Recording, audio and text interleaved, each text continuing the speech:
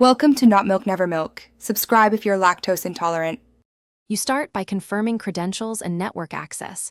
You need the Xfinity username and password and either the Xfinity app or a browser.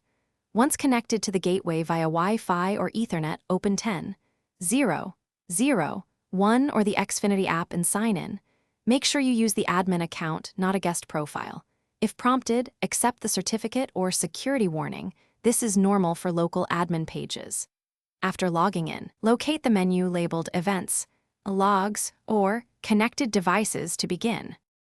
Once inside the admin interface, go to Advanced Settings, then find Logs, Event Viewer, or Diagnostics. Different firmware labels the same data differently. You should filter by date range and by device using MAC or IP to narrow results, because raw logs can be noisy.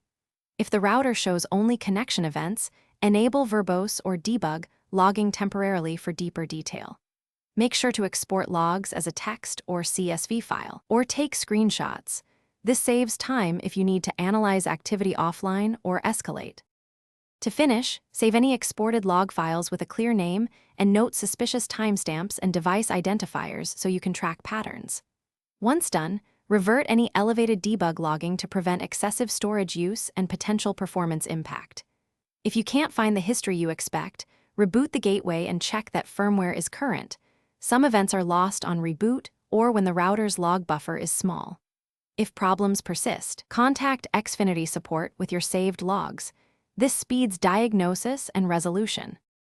Thanks for watching. If this was helpful, leave a like and consider subscribing. See you next time.